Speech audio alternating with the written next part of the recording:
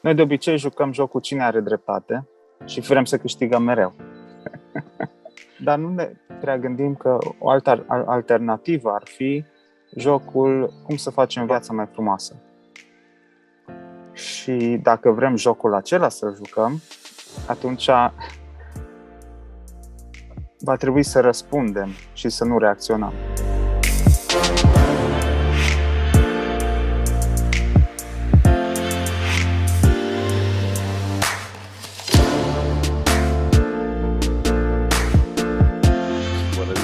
Că la ție, Raul. Bună dimineața! Ce mai faci, Raul? Cum ai dormit? Bine. Cum ai dormit? Spate. Pe spate, ca de obicei. Ai dormit pe spate. No, foarte bine. Te-ai odihnit? Ai reușit să-ți reîncarci bateriile?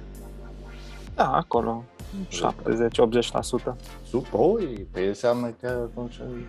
Mai bine decât înainte de a mă culca. Pe așa zice la telefoane că dacă vrei să ții bateria îndelung, 80% să te gândești să o încarci, după aceea poți să tragi de ea. Okay, dacă asta funcționează și la oameni, dar ținem cont de ea. Asta probabil că să fie altă emisiune. Da. Episodul de astăzi, în schimb, este despre a reacționa versus a răspunde. Așa e, da. Așa e. Iar noi suntem notorii. Noi introvertiți. Da.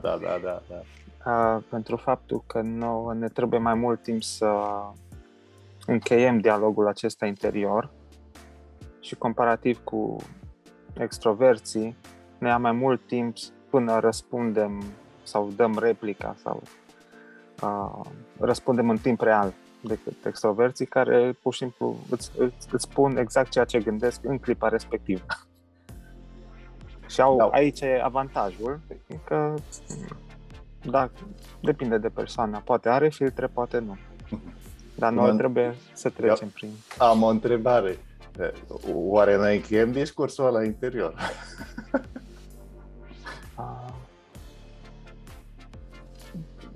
Nu știu. E răspunsul... La mine nu se termină, adică adesea se termină cu decizia aia, zice, n-are rost să mai zic mai multe. Las-o așa. Dar nu înseamnă că gândurile mele s-au terminat. Probabil că s-au fixat, s-au împietrit acolo, câteodată s-au transformat într-un munte. Dar și asta e alt episod, cred că, despre credințe. Da. Hai să... Da. Propriu zis, da. Ai vreo idee de început? Cum să abordăm despre reacție versus a răspunde. Da, păi hai să vedem ce-ți vine în minte. Eu mărturisesc că nu am făcut nicio cercetare astăzi și atunci numele eficienței pe care o tot citesc, o propovăduim, eu am început deja direct înregistrarea la 4:30 ca să avem timp după aceea să ne vedem de ale noastre, să nu tot întindem. Așa că...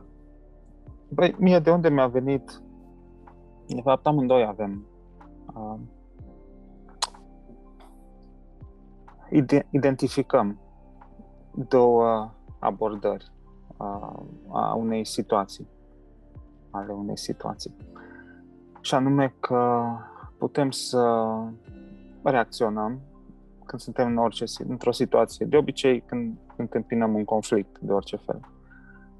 Fie interior, fie exterior cu o altă persoană. Putem să reacționăm și anume trăim un sentiment, practic, care izvorește dintr-o nevoie. Cred că ar fi mult mai simplu dacă luăm un exemplu. Dă direct exemplu, că după aceea disecăm în 4 teoria. Îmi vine doar un exemplu personal foarte recent. Da, dacă nu e prea personal și nu e prea intim. Păi, bun. O zic, s-ar putea persoana să asculte chestia. Acum asumă-ți și chestia. Păi mi-asum, bine. Să dai nume. Foarte generic. Nu dau nume. Dar sau fă așa, persoana A și persoana B. Da. Bun. Era într-o zi anume, am avut 2 ședințe suprapuse. Da, persoana A și persoana B. Într-o zi, cu vărul meu. Nu dau nume. Am avut 2 ședințe suprapuse. Ok. Și una dintre ședințe s-a anulat și am putut să mă duc la a doua ședință. Celor din a doua ședință le-am zis că, uite, nu pot să vin, fiindcă am prima ședință. S-a suprapus. A venit pe nepusă masă. Și ajungând în a doua ședință, lumea a fost surprinsă și mesajul primit a fost: păi, noi oricum suntem mereu a doua variantă, a doua opțiune pentru tine. La care în mine, bine, m-am blocat, că n-am știut ce să zic și am dat din cap că încă procesam. A trecut momentul, dar în mine a rămas chestia asta, că și încercam să identific emoțiile sau sentimentele pe care le... Deci prima dată simțeam și după aia am zis, stai un pic, ce simt de fapt? Și simțeam un pic, ce era? Frustrare că eu m-am chinuit să ajung la a doua ședință când nu, spusesem că nu o să ajung. Puteai să zici și mai lăsați-mă, că măcar am liber acum. Dar nu, dar era sentimentul de frustrare, adică m-am chinuit, am ajuns, în fine. Al doilea era sentiment de, care era, stai să-l numesc, că e acolo, de dezamăgire, fiindcă încerc să împac pe toată lumea și să mă împart eu mai multe bucăți, dar nu poți niciodată să împaci pe toți. Și după aia era al treilea sentiment care a venit după, era amărâre din aia, de tristețe, știi? Uh-huh. Ce ți și cu lumea asta? Observ, toate astea erau direcționate spre exterior, uh-huh, până acum. Și după aia am stat și m-am gândit, ok, dar care e nevoia mea? Asta e totul foarte bine, bine observat, dar care e nevoia mea? Și nevoia mea era de recunoaștere că fac tot ce pot, eu mai bine. Și că nu, nu cataloghez, că doar fiindcă n-am putut să vin din prima la această întâlnire, nu înseamnă că nu-mi pasă de voi sau că nu vă apreciez la fel de mult cu oamenii, comparativ cu oamenii din prima ședință, în fine. Și abia după aceea am început să mă gândesc, ok, dar care era nevoia lor? Știi, până acum era tot mi, dar bun, și care e nevoia lor? Păi nevoia lor probabil era să fi fost acolo de la început, să nu zic că, uite, am o altă întâlnire, că nimeni nu vrea să fie a doua opțiune, practic. De ce nu? Nu știu, te simți, poate oamenii se simt, păi ce, eu sunt abia a doua variantă, nu sunt cel mai bun prieten, sunt al doilea cel mai bun. Adică, ok, cred că am înțeles, da. În sensul ăsta, că simt că nu sunt apreciați la adevărata lor valoare. Cam asta. Asta trecea. Deci puteam să reacționez și să zic, cum ai zis, dă-mi tu un exemplu acolo, care vrei tu. Ia, mereți voi știi ce, închid meeting-ul, gata, salut. Care e reacție de rebeliune sau de, cum se numește? Da, rebeliune. Răzvrătire, da. Răzvrătire. Nu, știi ceva? Nu mai vin la meeting. Ceau. Da. Bă, uite, apropo, acum te întrerup și pun așa, că și eu am început de unul singur să povestesc, dar tot așa îmi vine și mie să zic despre meeting-uri, dar toate chestiile astea care noi le facem nu sunt meeting-uri în limba română. Ședințe. Și da, deci ședințe sau programări sau videoconferințe. Nu suntem în sau nu știu ce. Jos comunism. Noi când folosim cuvântul meeting ne referim la ședințele astea. Da, mulțumesc. Bun. Nu mă zic că și eu mai departe tot meeting. Vine pentru că mintea noastră vrea să urmărească, să expună ideea și nu să o zică gramatical perfect, corect. Că noi lecții de limba română, dar trebuie totuși să ne străduim să le zicem în limba română și să ne dăm seama, să le dăm de știre ascultătorilor noștri, urmăritorilor noștri, că ne pasă de limba română. Deci nu vrem să o distrugem, ci pur și simplu, asta e, suntem și noi niște păcătoși aici care încercăm să ne expunem, că și ceea ce ai făcut tu super fain, deci eu îți jos pălăria în fața ta, pentru că faptul că ai expus chestia asta personală este o expunere foarte vulnerabilă, foarte îndrăzneață.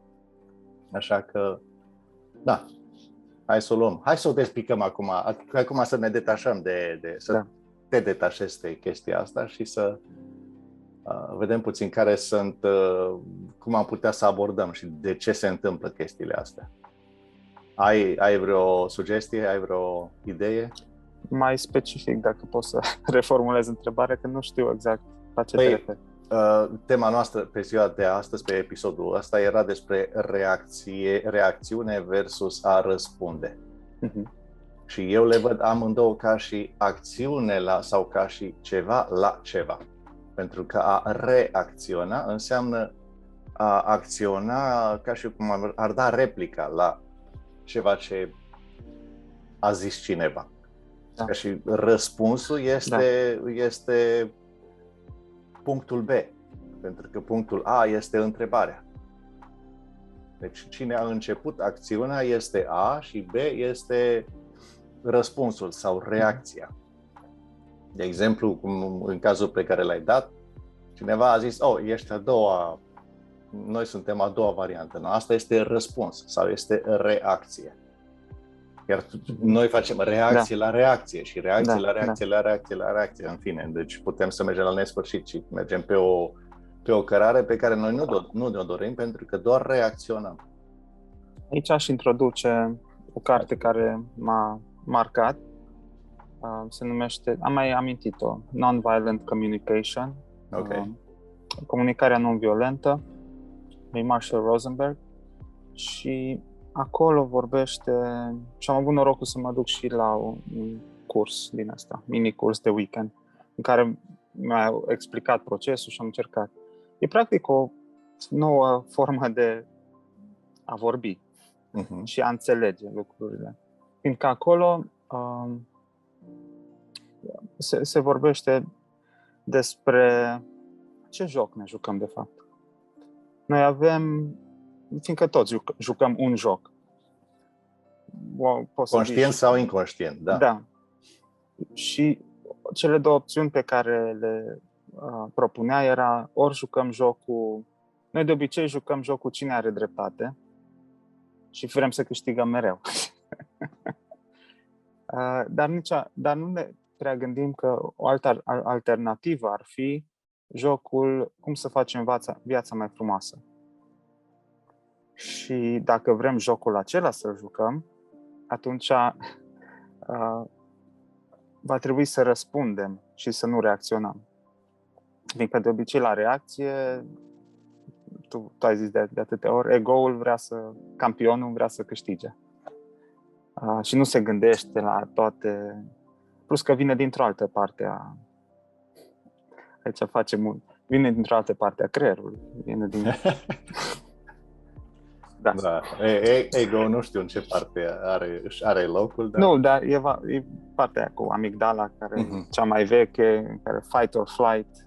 Bine, acolo nu este ego. Din punctul meu de vedere, nu cred că... Eu nu mă zic că de unde vine, din creier, că vine să...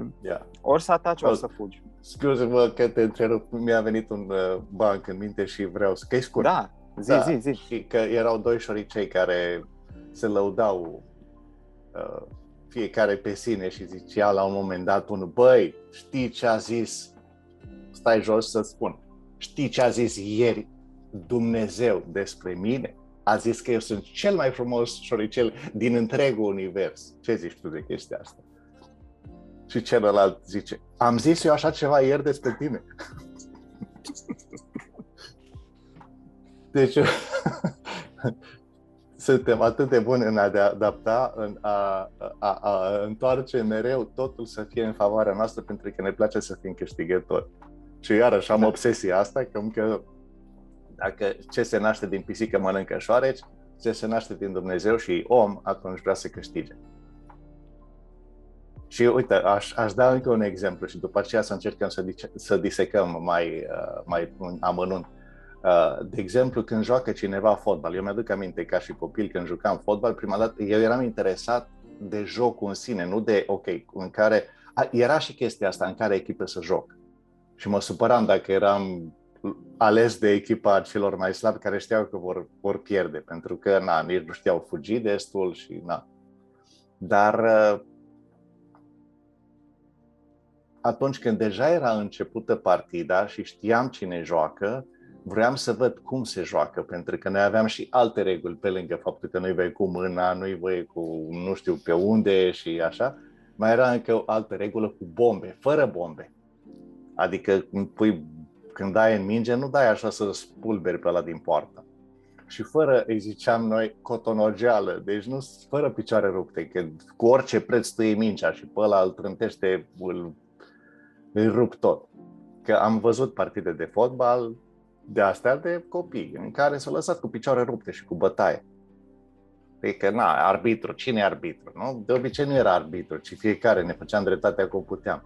Și eu eram interesat nu atât de jocul, de câștigul golaverajului, ci aveam alte criterii pentru care eu consideram un joc câștigat sau nu. Adică am jucat fair play, am jucat fain, ne-am distrat, ne-am eliberat.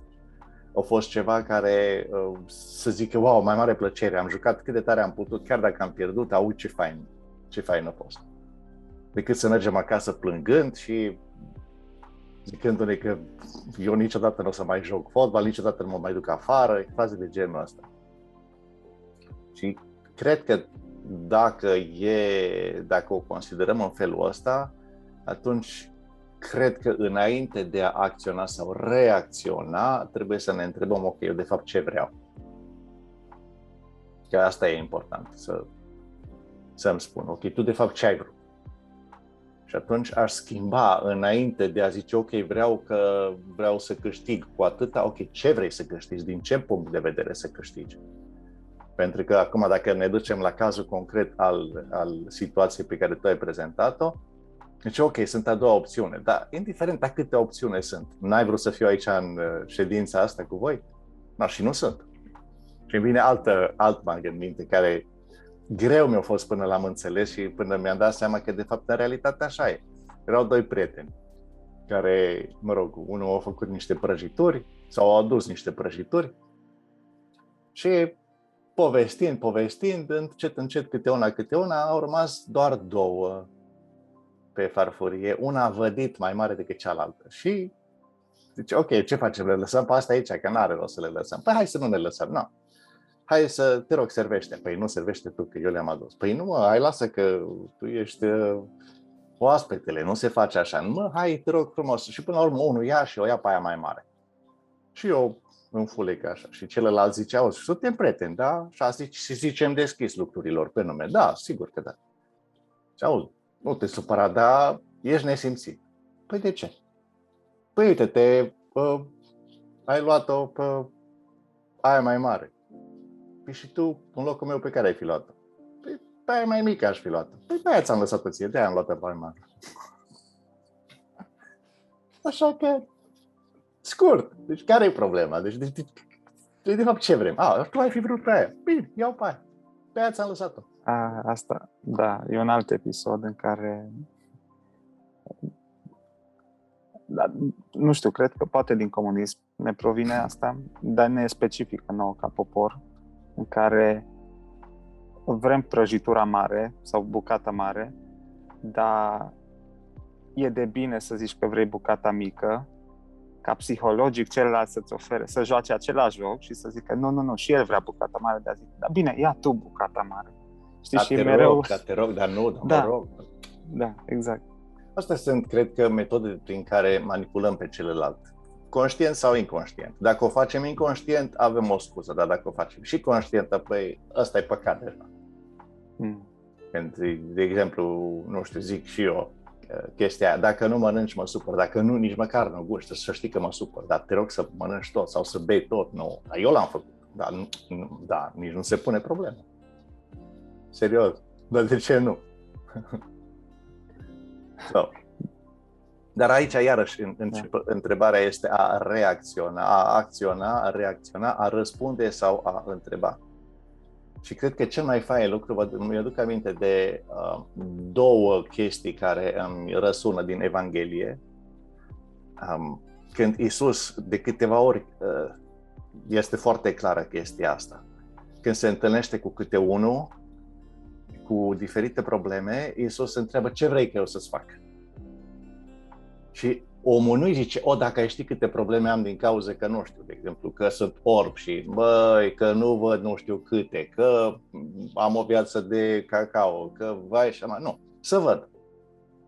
Deci, cum vrei tu așa să ți se întâmple? Bum, și vede omul. Sau mi se întâmplă exact ceea ce își dorea. La altul i-a înviat fata, la altul ce știu eu, dar scurt a fost. Ce vrei ca eu să-ți fac? Și atunci, ideea e și cu ședințele sau orice ar fi să se întâmple. Deci, tu ce vrei? Păi să fii la ședință. Ok. A câta opțiune? Asta e secundar. A câta opțiune? Putea să fie a miliarda opțiune, dacă nu e infinită opțiune și dacă ar fi infinită. Ești câștigător, frate, uite-mă aici. Cred că este doar reacție la modul în care alții reacționează la acțiunea mea. Dar asta nu este problema mea. Eu asta aș încuraja pe toată lumea să zică. Nu este problema mea cum reacționează alții. Pentru că întrebarea, tu de fapt ce vrei? Ai vrut o paia mică, paia ți-am lăsat-o. Ca și în bancă. Care e problema? Apoi nu, dar ești nesimțit. E fix problema ta, ce crezi tu despre mine. Ce zici de asta? Nu, așa ceva nu se face. Cum să nu? Uite-te la mine că am făcut-o. Care e problema? Deci ce de atașamente. Să tot tăiem prăjiturile alea, să le tot tăiem în bucățele mai mici, una mai mare și una mai mică, ca să tot vedem cine e mai umil. Asta e falsă umilință. Nu știu dacă are sens. E pierdere de vreme. Bine, în timp ce ziceai tu, scuze că te întreb. Zi. În timp ce ziceai, îmi venea, păi de ce n-au tăiat în bucăți egale și să le împarte la doi? Păi probabil că tava era dreptunghiulară și când o tăiat la început era nu știu cum, că am mai pățit și eu când am făcut focaccia și nu-ți ies bucățile egale. Inițial vrei să le tai pe toate egale, dar una e mai cu colț, una e cu mai multă brânză, una e cu mai mult aluat, depinde de preferințe. Și uneori îți iese una mai mare, una mai mică. Da, ziceam două chestii. Una, atașamentul, că adică avem noi programarea asta să dăm bine lumea să ne accepte și așa cum încercăm noi să dăm bine, de multe ori nu așa cum suntem noi. Da, și a doua chestie ce-mi doresc eu era pace și armonie și hai să rezolvăm ce e de rezolvat. Cred că mulți dintre noi își doresc chestia asta sau lucrul acesta, dar cum ajungem acolo? E secretul vieții. Cum ajungi la pace și armonie? Răcnești și toată lumea tace? Sau ajungeți de comun acord? Sau, probabil, eu cred că de mijloc. Putem să vedem despre pacea exterioară și pacea interioară. Adică e pace dacă tu faci, sau în exteriorul meu se întâmplă ceea ce îmi doresc, sau este pacea adevărată și interioară, pacea inimă, așa numită pacea inimă, atunci când orice ar fi să se întâmple, pe mine nu mă deranjează chestiile astea, adică eu sunt în pace. Da. Care e detașamentul de orice atașament. Corect. Adică detașarea, nu detașament. Detașarea, adică practic eu sunt nederanjat. Nu reacționez la ceea ce se întâmplă, ci mereu îmi spun, asta este acțiunea mea. Acțiunea mea este să fiu un făcător de pace, un producător de pace. E ca și când, dacă vreți, nu știu, vă aduceți aminte filmele alea în care erau două oștiri care urmau să se bată în scurt timp și era un ultimatum, trimiteau un sol care zicea, fii atent, astea sunt condițiile ultime cu steguleț alb. Deci asta e ultima posibilitate, dacă vreți să nu vă batem la fundul gol, acceptați condițiile. Și Dacă noi am fi, deci în sensul ăsta, solul de pace, ce am zice? Și asta este ideea. Deci făcător de pace nu înseamnă neapărat, hei, fiți cuminți. Că dacă nu vă bat de numai, asta nu-i pace. Pentru că pacea care se face amenințată fiind sau războiul care se oprește din cauza faptului că celălalt are arme mai puternice sau oameni mai mulți și mai pregătiți, aia nu-i pace. Ci e pur și simplu... Armistițiu. Da, un fel de armistițiu și practic recunoaștem că celălalt e mai tare. Și atunci n-are rost să mă angajez într-o luptă pe care o voi pierde. Nu are rost să-mi pierd oamenii și să-mi pierd poporul atâta timp că zici, bă, orgoliul meu a rămas intact. Nu, mai bine lasă-l în pace de orgoliu, dă-l încolo și hai să câștigăm oamenii. Și asta e întrebarea, eu ce vreau să câștig de fapt atunci când reacționez. Și eu aș mai zice și altceva, faptul că ne simțim, deci emoțiile noastre sunt de fapt modul prin care ne dăm seama că suntem pe drumul bun sau nu. Pentru că dacă cineva reușește pe mine să mă determine să-mi schimb emoțiile, cum a fost că mai dezamăgit și nu știu câte și că eu nu credeam că sunt pe locul ăla și nu mai vreau să mai vorbesc cu tine. Bă, omul ăsta are o problemă care zice așa. Pentru că dacă tu ai asupra mea puteri invizibile, adică tu mă faci pe mine să mă simt prost, nu că n-aș fi, înseamnă că eu am niște credințe foarte deviate, foarte ciudate. Adică, cum adică? Dacă tu nu mănânci tot, eu mă supăr. Nu pot să cred chestia asta, că cineva are putere. Deci înseamnă că suntem ca și la, nu știu, păpușile alea Muppets sau ce să mișcate ori prin interior cu ceva, ori dacă nu, din alea agățate în aer, cu fire. Deci dacă cineva are puteri invizibile sau butoane invizibile asupra noastră, păi, fratele meu, înseamnă că noi avem o problemă enormă, noi nu suntem liberi, aia e. Dar noi vrem libertate, noi vrem să fim recunoscuți pentru ceea ce suntem, culmea. Dar nu vrem să ne luăm libertate, nu vrem să ne trăim libertate, când în realitate, zic, ar trebui, cel mai deștept ar fi așa. Dacă suntem la același nivel, că în momentul în care eu vin și zic, uite, eu am făcut prăjitura asta, tu mănânc-o, că e bună. Dar uite-te că eu mă pun aici sus, adică eu știu ce e bun, tu nu știi ce e bun. Tu ești un copil prost. Ia, bagă aici, uite, vine avionul, cască gura și s-a băgat ligurița și gura, că poate că n-are gustul bun, dar să știi că îți face bine, o să crești mare. Serios. Deci dacă pe mine chiar m-ar interesa și chiar dacă eu chiar te-aș stima la nivelul la care eu cred că te estimez, aș zice, am făcut o prăjitură, ui aici o farfurie sau o tavă, dacă dorești, feel free. Servește-te și bucură-te de ea, dăm de știre eventual dacă ai fi dorit altceva sau data viitoare, dacă vrei să pun și alte chestii sau să scot alte chestii și e ok. Și atunci, practic, eu îți respect libertatea. Pentru că să zicem, dar știu că e preferata ta, dar de ce nu mănânci? Bă, îs full. Am mâncat deja la alții. Deci ai venit mâncat. Fai, ce mă supăr. Deci e a doua opțiune. Deci e a doua opțiune, bă, fratele meu, mamă. Deci, care e problema, mă? Care e problema? A doua opțiune sau nu? Ce ai fi vrut? Am venit ca să mănânc aici la tine. Bă, și m-am răzgândit. Numai măgară nu se răzgândește. Care e problema?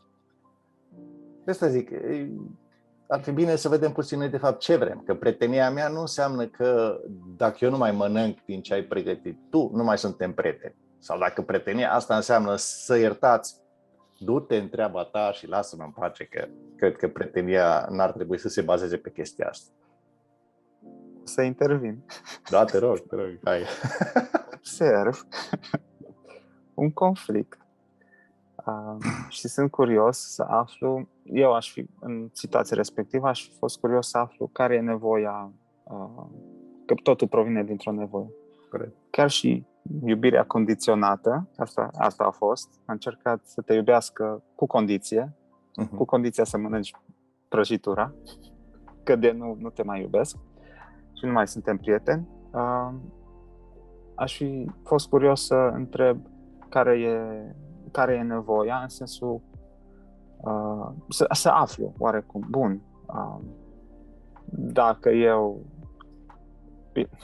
Și e procesul ăsta de la non-violent communication, în care în primul rând observ ce sentimente trec prin tine, le afirmi într-un fel sau identifici, după aia identifici care e nevoia și după aia vii în exteriorul tău și ai o cerință. Uite, în mine, când tu zici, și obiectiv trebuie să zici, ca să mănânc toată prăjitura, în mine e un sentiment de neputință, deznădejde, că eu sunt plin. O să mi se facă rău, o să vărs după aia. Poate chiar la tine acasă. Și nevoia mea de a nu mânca sau de a sta numai și să povestesc cu tine e that's my need. Să fim fine împreună. Cum aș putea să te ajut eu pe tine? Deci asta ar fi, încerc așa pe real time să reformulez conflictul, știi? Și să aflu, de fapt, ce nevoie are persoana din față. Are nevoie de afirmare, are nevoie să știe, să simtă că e prețuit sau prețuită, că tu, cine era personajul care răspunde la chestia asta, dacă are cum poate să ajute să se simtă mai bine. Mi-a venit în minte un exemplu pe care l-am ca și din istoria mea, o poveste care adevărată și reală. La un moment dat m-am dus la cineva în vizită, o persoană foarte pedantă, care a pregătit cozonac cu mac, care era foarte bun, baigli din ăla excelent, deci mi-a plăcut foarte mult asta și acum îmi place, dar și era vorba să discutăm despre nu știu câte chestii și urma să avem ceva de genul o oră am planificat să povestim despre. Și persoana respectivă, uite la aici, te rog frumos să. Și eram și strâns cu timpul, dar nici nu mai eram flământ, nici nu mai aveam chef de cozonac și vreau să terminăm odată chestia asta și plus încă altceva mai era faptul că mă deranja ideea că eu când vorbești cu cineva și în loc să se uite în ochii tăi, se uite la dinții tăi, că ți-a rămas mac între dinți. Și atunci chestia asta zic, ok, dar eu vreau atenția mea să fie, eu nu cu dinții îți vorbesc, chiar dacă pe lângă dinți trece aerul sau printre dinți, depinde cât de rari sunt. Și atunci am zis o chestie, zic, ok, dacă vrei să te simți bine, și gândește-te că eu asta l-aș gusta, dar nu, dar să știi că dacă nu, că mă supăr, zic, uite, hai să facem o chestie. Dacă eu o să mănânc, o să te uiți la dinții mei și n-am cum, eu nu mă mai duc acum încă o dată să mă spăl, că îmi trebuie iarăși 3 minute să mă spăl pe dinți. Și plus n-am aici periuță și toate celelalte și n-am de gând să mai pierd vremea să-mi dai tu o periuță nou-nouță și față de genul, pentru că din timpul tău trece. Și hai să facem pe scurt. Eu sunt aici și te iubesc foarte mult, te accept la un nivel foarte puternic și hai să lăsăm cozonacul deoparte și mănânc când plec. Ce zici? Dacă mi se face foame, dacă nu o să am timp decât să-mi stea încă și să-mi vină rău, pentru că știu că și tu mă iubești, o să mi-l pui la pachet. Și acum hai să ne concentrăm pe ceea ce vrem. Și dintr-o dată, persoana a rămas un pic așa, wow, că nu m-am gândit la varianta asta, deși era o persoană foarte pisăloagă care insista, dar te rog, dar măcar să-l cuși, să-mi spui cum e și deși tot timpul era bun, n-are cum să fie, deci era o persoană profesionistă, îi plăcea să facă prăjituri. Da, și când am schimbat chestia asta, mi-am dat seama, zic, wow, nici eu nu m-am gândit, deci nu a fost o strategie, pur și simplu mă gândeam ce groază mi-e să la gândul că, bă, tu nu te uiți tu nu auzi ce zic eu. Tu te uiți la dinții mei și uite că eu rămas mac între dinți, data viitoare trebuie să-l spărâm mai bine sau trebuie să fac nu știu cum. Și mi se pare că vorbesc ca și radio, de unul singur. Da.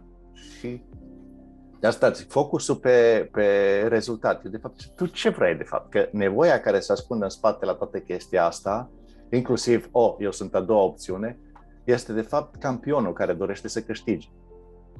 Cu orice. Și atunci încercăm să manipulăm, să câștigăm atenția celuilalt prin, nu știu, cozonaci, prin afirmații, prin tot felul de chestii și inclusiv să facem pe celălalt să se simtă prost. Deci dacă tu nu mănânci, să știi că mă supăr. Papă tot. Și uite așa că o să avem o societate de persoane obeze și chestii de genul, pentru că noi avem impresia că dacă păpăm, toți suntem cu minți. Dar în realitate, ce facem? Manipulăm ceea ce ar fi ceea ce este sublim, iubirea adevărată, noi o manipulăm. Adică dacă mă iubești, fă asta. Păi dacă mă iubești, ia dă niște bani. Ce zici de asta? Ia dăm toți banii, ia dăm datele din cod, ia-mă până mă împuternicit, să vedem. Dăm și parola de la dacă fiș, se poate. dăm tot, deci nu... Cred că episodul de mâine, cu permisiunea ta sau cu acceptul tău, Hai zi. Ar fi despre cele 5 limbaje ale iubirii, fiindcă de acolo e. Okay, da. E serviciu pe care ți l-a făcut și așteaptă ori e acts of service, serviciu, ori e words of affirmation. Nu le zi acum, omule, lasă-le pe mâine. Păi, am zis numai astea două. Încercam să identific care era la... Păi mai e 3 și nu mai facem nici episodul de mâine. Bine, da. În fine, bun, atunci pe mine lăsăm... Care e concluzia? Că ne apropiem de finalul emisiunii. Da. Concluzia, reacție și versus a răspunde. Eu aș zice, din punctul meu de vedere, cel puțin la mine cum îmi zic eu și cum reușesc să mă duc mai bine, să trec mai bine peste situații critice, mă întreb, de fapt, ce vroiai? Ca și în bancul cu prăjitura. Tu ce ai fi vrut? Eu aș fi vrut pe aia mică. Pe aia ți-am lăsat-o, care e problema? Și să mă las puțin afectat de părerea celorlalți. Adică, dar eu o să a doua opțiune. Și locul 2 nu-i bun. 1, 2, 3, 4, 5, 100. Deci țin minte că odată am participat la un maraton cu bicicletă și am ajuns pe ultimul loc. Și am fost cam dezamăgit și a venit unul la mine și zice, dar ai terminat, mă frate, ce uite-te la ăștia alții care li s-a rupt bicicleta sau nu știu ce li s-a întâmplat, o abandonat că s-a pierdut, nu mai a avut chef, o abandonat cineva pe parcurs și s-au abandonat și ei și uite așa. Și tu nu te-ai lăsat și mi-am fisurat și 2 coaste atunci când m-am dus și cu toate astea am terminat. Mă rog, într-un tip super extins, dar am terminat. Și a zis, tu ăsta ești câștigător, mă. Pe ce am câștigat? Că nu? Băi, ai reușit să termini. Asta e. Și un câștigător termină. Un pierzător abandonează. Așa că pe mine nu mă interesează atât de mult golaverajul în sine, ci cât de mult și cât de fain am jucat. Și asta e. A fost fair play, a fost un joc mai mare plăcerea. Știi când, ca și la fotbal, când s-a terminat, nu te uiți, și cât a fost scorul? Păi 4-0, ok. Da, și s-a terminat, nu. Un suporter adevărat se uite, dar câte șuturi pe poartă au fost? Cât la sută a fost mingea în controlul echipei care au pierdut și faze de genul ăsta. Oricum noi suntem mai buni, mă. Că nu le-am dat gol, că n-am băgat mingea în poartă. Asta e secundar. Deci un profesionist nu se gândește neapărat la rezultat sau cum să te fac pe tine de bani. Asta e secundar. Pe mine ce m-ar interesa un profesionist adevărat este, în afară de cazul în care este vorba despre un hoț de buzunare, dar în rest, cum aș putea eu pe tine să te fac să te simți bine? Cum aș putea să beneficiezi tu de capacitățile și de calitățile cu care eu sunt înzestrat? Și atunci tu, dacă te simți bine, tu vei plăti, dacă la rândul tău, dacă tu consideri că este un serviciu de calitate. Vorba aia, cu prăjitura pe care chiar tu ai pregătit-o. Și atunci nu mă manipulezi, ci pur și simplu este expresia recunoștinței pe care tu o ai față de o treabă well done. Așa aș vedea eu. Da. La mine concluzia e pe scurt, cum ai zis și tu, să știi ce îți dorești, care e outcome-ul, care e concluzia, unde vrei să ajungi, punctul B. La mine e important și cum ajungi acolo. Deci tot să fim teferi când ajungem la punctul B. Să nu fie leziuni sau rupturi de coaste. Asta e concluzia mea. Ok. Bun, momentan eu zic să ne oprim aici. E trecut de ora 5 dimineața, încă nu s-a crăpat de ziua. Cam atât am avut de zis pentru episodul de astăzi. Dați-ne de știre dacă v-a plăcut, like, subscribe, clopoțel, share, comment, ce vreți voi, hai că dacă nu ne supărăm. Am învățat și noi ceva din lumea asta. Da. Nu ne scrieți parolele în coment, că s-ar putea să le ia cineva și atunci noi suntem a doua opțiune. Nu e ok. Dați-ne direct text în privat. Ok. Temă de casă?